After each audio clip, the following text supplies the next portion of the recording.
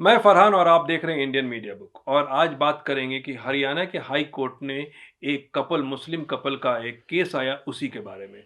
शरिया साहब, बहुत बहुत शुक्रिया आने के लिए। एक केस आया था जो पंजाब हरियाणा हाई कोर्ट में, मैं उसके बारे में थोड़ा ब्रीफ देता हूँ फिर बात करेंगे। ये केस ऐसा था कि 25 जनवरी के दिन एक मुस्लिम कपल ने शादी किया वहाँ पे, और लड़के का जो उम्र है 36 ईयर, और जो लड़की है वो है 17 साल की। जी। और उन लोगों ने जब पिटीशन लोगों ने डाला, कुछ लोगों ने नाराज़गी ज़ाहिर की, तो जो इनके वकील थे उन्होंने एक कोट किया कि article 195 principle of Mohammedan law, और वहाँ इन्हें कहा कि दानिश शाह फरदून जी मुल्ला का कोट करके इनके सपोर्ट में बात किया। तो ये मैं क्या पूछना चाहता हूँ, ये क्या है? क्योंकि अभी तक हम जानते हैं शरिया लॉ के हुदूद में क्या है, हम उसके ऊपर बाद में बात करेंगे। इसके बारे में आप क्या कहते हैं? देखिए, ये जो पंजाब हरियाणा हाई कोर्ट का जस्टिस अलका सरीन ये डिसीजन दी है, जहाँ पे एक 30 year old Muslim man has married 17 year old girl, तो कोई जाके कोर्ट में कह दिया कि माइनर की मैरिज है। आइडियली ये होना था कि कोर्ट ये कहना था कि अनकॉन्स्टिट्यूशनल है, शादी को अवॉइड करना था एज पर the child marriage restraint act, ideally करना था। क्योंकि इंस्टेंट ट्रिपल तलाक में अनकॉन्स्टिट्यूशनल बोल के ही ये इन स्पाइट ऑफ जो भी है शरिया यहाँ इंटरप्रेट करते हैं मुस्लिम पर्सन लॉ बोर्ड, जाएगी नहीं नहीं आपके शरिया में रहा तो भी it is against the constitution बोल के उसको स्ट्राइक डाउन की थी इंस्टेंट ट्रिपल तलाक के। मैं भी उसके फेवर में था वर्डिक्ट के, लेकिन मैं पॉइंट क्या बोल रहा हूँ आपको, जब कॉन्स्टिट्यूशन पर्सन लॉ कॉन्फ्लिक्ट में आता है तो courts have always favoured the constitution, that is ठीक है। मगर इसके केस में पंजाब एंड हरियाणा कोर्ट क्या बोल के है कि देखो इन दोनों की शादी हो गई, इस्लामिक लॉ में ऐसा है कि कोई पागल और कोई माइनर 15 साल क्रॉस करते ही उसके माँ बाप उसकी शादी वैलिड मैरिज करके दे सकते हैं, लेकिन जब लड़की मेजर है तब है ना उसकी इजाजत होना, नहीं तो शादी नहीं होती बोल के एक तरह से एक आयरनी या मॉकरी करके ये बोल के, और इसको प्रूफ के तरह से ये Mohammedan principles of Mohammedan law बोल के एक दीन शाह फरदून जी, सर दीन शाह फरदून जी, वो 1930s में he was a judicial member of private counsel, तो ब्रिटिश का जमाना था। उन्होंने किताब ली है, वहां से एक सेक्शन 195 निकाल के उन्होंने कोट किया है। नाउ इसके मैं दो चीजें देखता हूँ कि मैं हमारे रेस्पेक्टेड उलमा से मैं एक सवाल करना चाहता हूँ कि एक ज़ोरास्ट्रियन, वो ज़ोरास्ट्रियन पारसी थे, मैं इनकी इज्जत करता हूँ क्योंकि बड़े जूरिस्ट भी थे, वो बात और है, लेकिन उन्होंने जो कोडिफाई किया है law time and again Indian judiciary क्या करते हैं, शरीयत एक्ट 1937 को जब भी अप्लाई करते हैं मुस्लिम्स पे, वही कानून अप्लाई होता है यहाँ पे, तो मुल्लाज प्रिंसिपल्स को अप्लाई करते हैं। आप अयोध्या का भी देखिए, फॉर एग्जांपल अयोध्या का मॉस्क हम लोगों का 2.77 एकड़ जिसमें बाबरी मस्जिद थी, वो कैसे अक्वायर की? सुप्रीम कोर्ट यही मुल्ला प्रिंसिपल्स को अप्लाई करके दे हैव अक्वायर्ड दैट। तो मेरा क्वेश्चन ये है कि क्या उलमा से तैयार हैं कि जो शरिया का इंटरप्रिटेशन एक ज़ोरास्ट्रियन, चाहे जितने भी एमिनेंट हो, ज़ोरास्ट्रियन एक किताब बनाए, उसको हाई कोर्ट से अगर, तो आपका इंटरप्रिटेशन क्या है? क्या आपका सैंक्शन है उस चीज को? क्या आप उसको अलाउ करते हैं? क्या जो मुस्लिम पर्सन लॉ बोर्ड है जिसका मेन मैंडेट ये है कि वो शरिया को प्रोटेक्ट करे, शरिया को कंटिन्यूटी रखे, कि will they agree to the interpretation of Quran and hadith by sir Din Shah Fardoon ji mullah? Will they agree?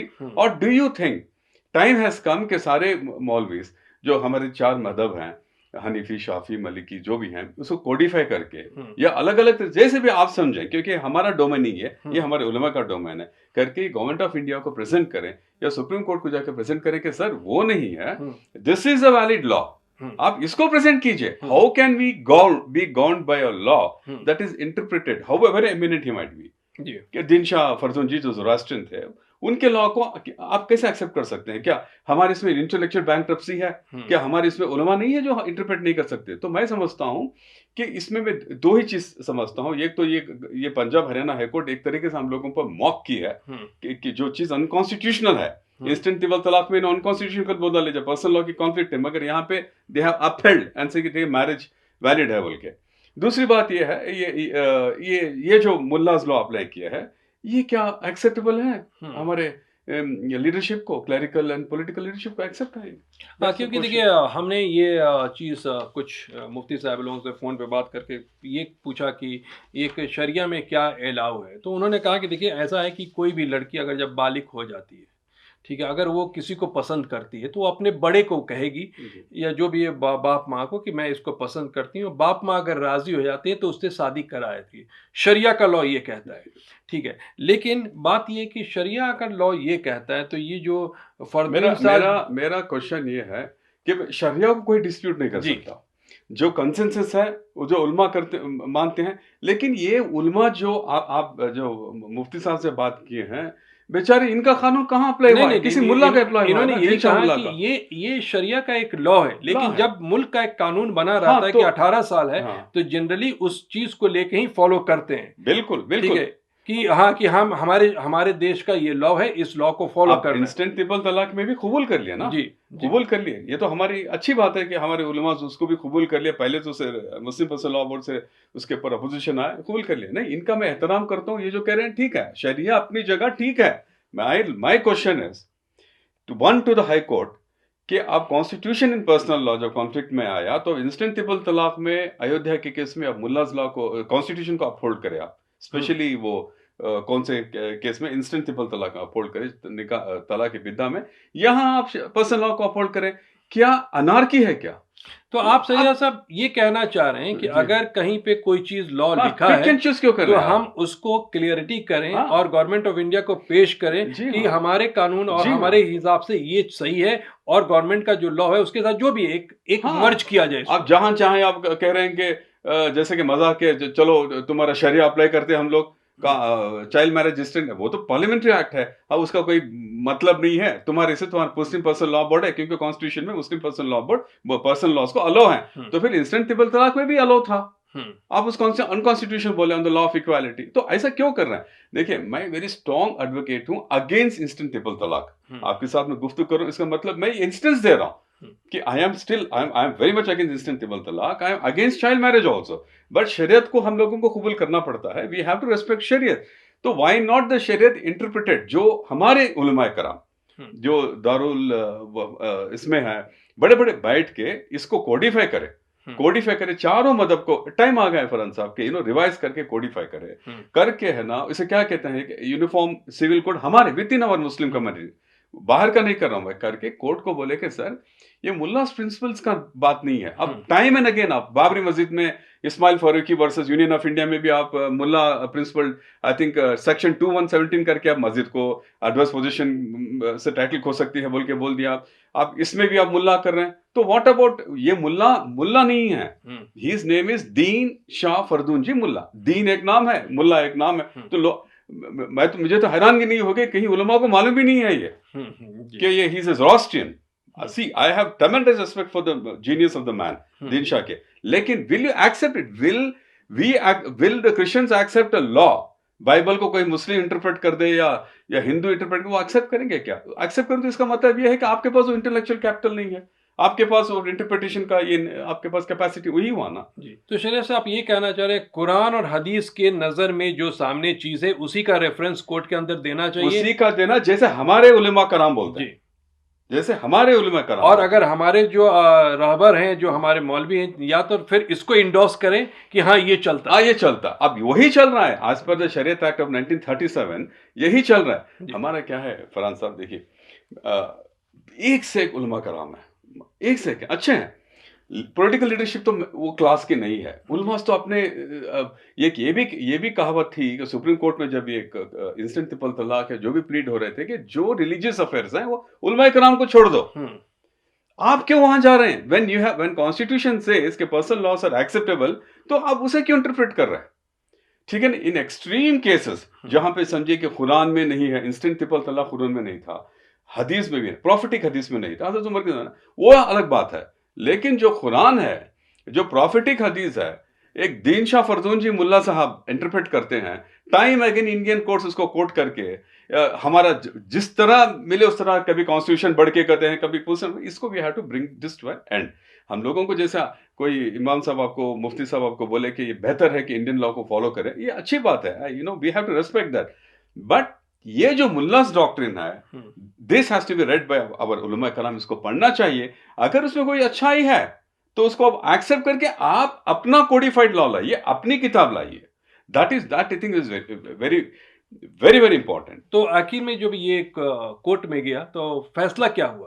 फैसला होना था शादी इनवैलिड होने का, as per the child marriage act के हिसाब से गए तो कोर्ट ये बोलना था कि भाई तुम्हारे पर्सनल लॉज नहीं चलते, this violets the law of the land. लेकिन वो नहीं किया कोर्ट, वैलिड कर दी शादी को।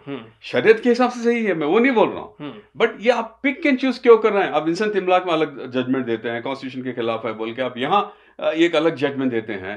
तो टाइम हैज कम कि they we should put an end to this. ये अलग बात है कि शरीयत पर्सनल लॉज एंड जब law of the land conflict में आते हैं तो है ना, law of the land prevail करती है, वो अलग बात है। लेकिन आप सेलेक्टिव वे में क्यों अप्लाई कर रहे नहीं, हैं? तो ये जो अगर ये कपल के फेवर में कोर्ट ने दिया है, तो ये मैं कहूँ कि अगर शरिया का कोर्ट देता तो ज्यादा बेहतर होता।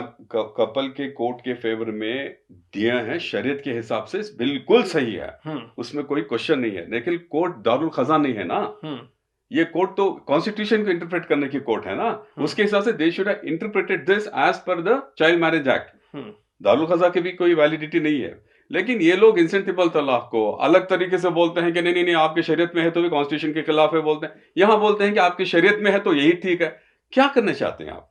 तो मैं कहता हूं कि हमारी कम्युनिटी से, हमारी पूरी यूनाइटेड कम्युनिटी से, हमारे उलमा कराम से ये पिटिशन जाना चाहिए सुप्रीम कोर्ट को कि देखिए ये तरीका है, हमारे कोडिफाइड लॉज ऐसे हैं कि इनकी रेफरेंस बुक जानी चाहिए, मौलाना ये मौलाना वो बोल के।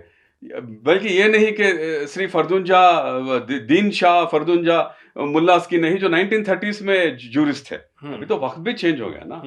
तो ये बात है। देखिए फरहान साहब, ये है ना, ईमान तेरा लुट गया रहबर के हाथों से, ईमान तेरा बचा ले वो रहबर तलाश कर, सजदों से तेरे क्या हुआ सदियां गुजर गई, दुनिया तेरी बदल दे वो सजदा तलाश कर। हर शख्स जल रहा है अदावत की आग में, इस आग को बुझा दे वो पानी तलाश कर। हमारे इसमें जो फैक्शंस क्रिएट हो गए हैं, द लैक ऑफ लीडरशिप है, जो रिचुअल्स में चले गए हम लोग, ये रुकना चाहिए। हमारे मॉडल कौन थे? सल्लल्लाहु ताला अलैहि वसल्लम। उन्होंने दिए सो शरीयत कोई ज़ोरास्ट्रियन इंटरप्रेट करके इंडियन कोर्ट्स इसमें हम पर थोपते हैं बोले तो आई डोंट एक्सेप्ट इट। हमारे जो हमारे उलमा एक से एक हैं, आप लाइए सामने, आप बनाइए किताब। आप लोग इतने दिन चुपके क्यों हैं? Why are you keeping quiet? ठीक, तो बहुत बहुत शुक्रिया शरिया सर। तो एक आर्टिकल आया था कल, और तो इस आर्टिकल को शरिया साहब के ज़रिए आप तक हमने पहुंचाया है।